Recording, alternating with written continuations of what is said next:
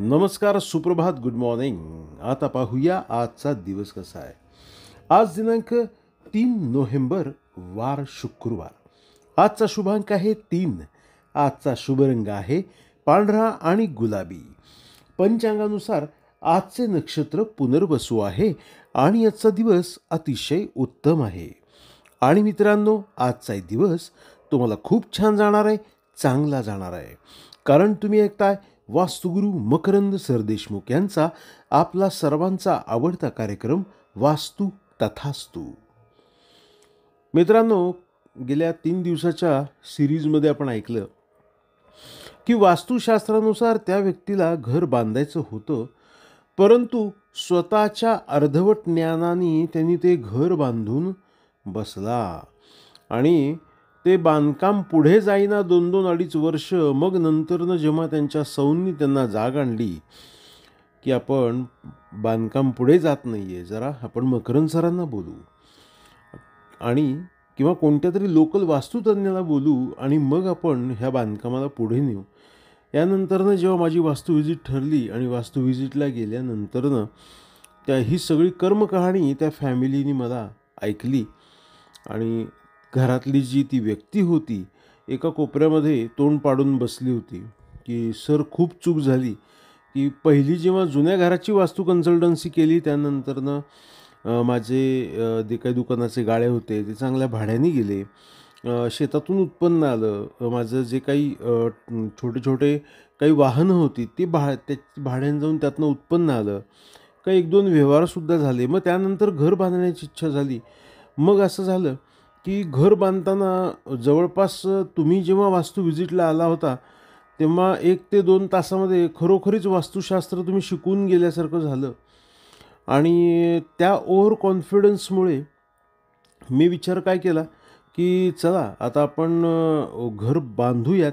आणि आता तर वास्तुशास्त्र आपल्याला माहिती आहे, कारण आमचा जो दरवाजा होता तो आधीच्या घराचा पश्चिमेला होता. मग पूर्वमुखी मी प्लॉट घेतला आणि पूर्वेला दरवाजा म्हणून मी घेतला आणि पूर्वेचा दरवाजा करून मी सुरू केलं. तर अशा एकंदरीत सगळ्या त्यांनी मान्य केले ही माझी चूक आहे. मग मित्रांनो, ते अर्धवट पडलेलं जे बांधकाम आहे त्या ठिकाणी मी वास्तू व्हिजिटला गेलो. जवळपास 2 वर्ष ते नुसते तिथे पैसे खर्च करतायत. जवळपास 3 ते 4 टीमने काम अर्धवट सोडलेले. म्हणजे काम करणारे असतात ना, मुकादम किंवा कामगारांची जी टीम असते ते 2 ते 3 म्हणजे पैसे देऊन पळून गेलेले आहेत.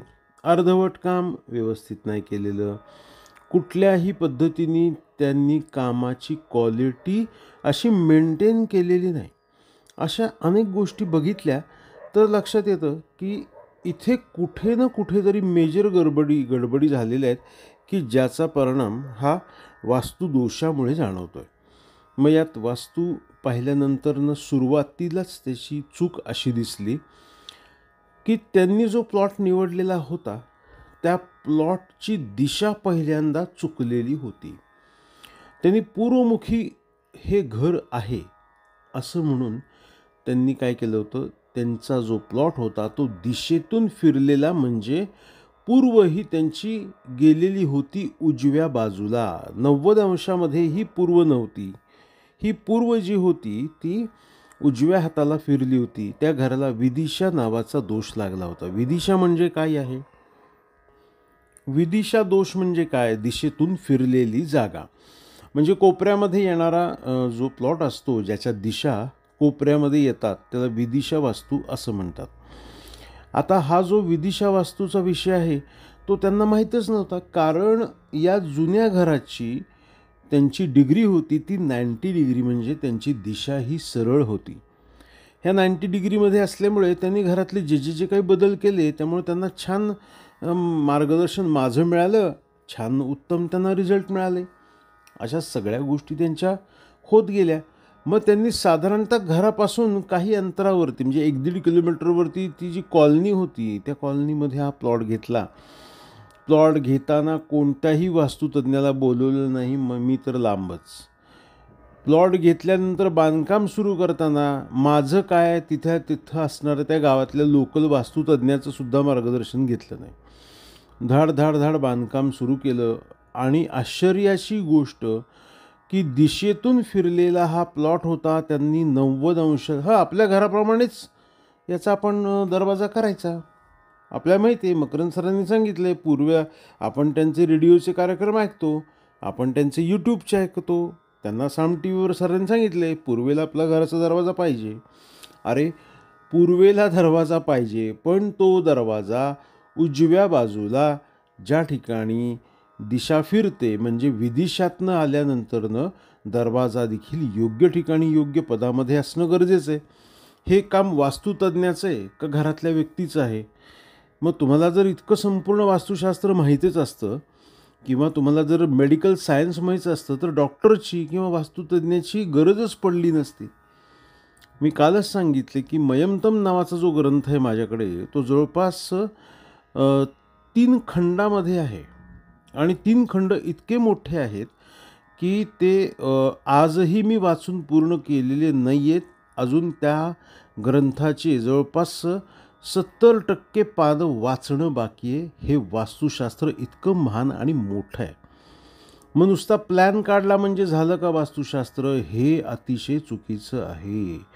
लोक काय करतात, नुसता प्लॅन काढतायत आणि आम्ही वास्तूनुसार घर बांधलं, अगदी आनंदाने नाचतात. कारण त्या बिचाऱ्यांची चूक नाही, कारण शाळेत वास्तुशास्त्रातला वासुद्धा आपल्याला शिकवलेला नाही आणि आपल्या आईवडिलांनाही वास्तुशास्त्र हे माहीत नव्हतं. मग ह्या चुकांमुळे दिशा फिरलेल्या वास्तूत त्यांनी बांधकाम सुरू केलं आणि म्हणतात ना की शर्टाचं एक बटन चुकलं तरी खालची बटणं सगळी चुकत जातात. तसं एक घराचा दरवाजा चुकल्यावर किचन चुकलं, टॉयलेट चुकलं, बेडरूम चुकलं, अशा अनेक गोष्टी त्यांच्या चुकत गेल्या आणि त्यामुळे बांधकामामध्ये 1.5, 2, 2.5 वर्षाचा असा गॅप पडला आणि नुसते पैसे इन्व्हेस्ट फसवणूक, वेळ वाया, सगळ्याच गोष्टी वाया. तर अशा पद्धतीने या गोष्टी मित्रांनो ओव्हर कॉन्फिडन्समध्ये न जाव्या स्वतःच्या शरीराच्या बाबतीत आणि आपल्या घराच्या बाबतीत. कारण तज्ज्ञ डॉक्टर जगात बसलेत आणि तज्ज्ञ वास्तुतज्ञसुद्धा जगात बसलेत. त्यामुळे कोणतंही वास्तू विकत घेताना बांधताना मकरंद सरदेशमुख वास्तू तथास्तू स्पेशालिटी कन्सल्टन्सी नक्की घ्या. ऑफिसचा नंबर आहे 9021 900 600. रोज ऐकत चला तुमच्या आमच्या सगळ्यांचा आवडता कार्यक्रम वास्तू तथास्तू. शुभम भवतु, शुभ आशीर्वाद.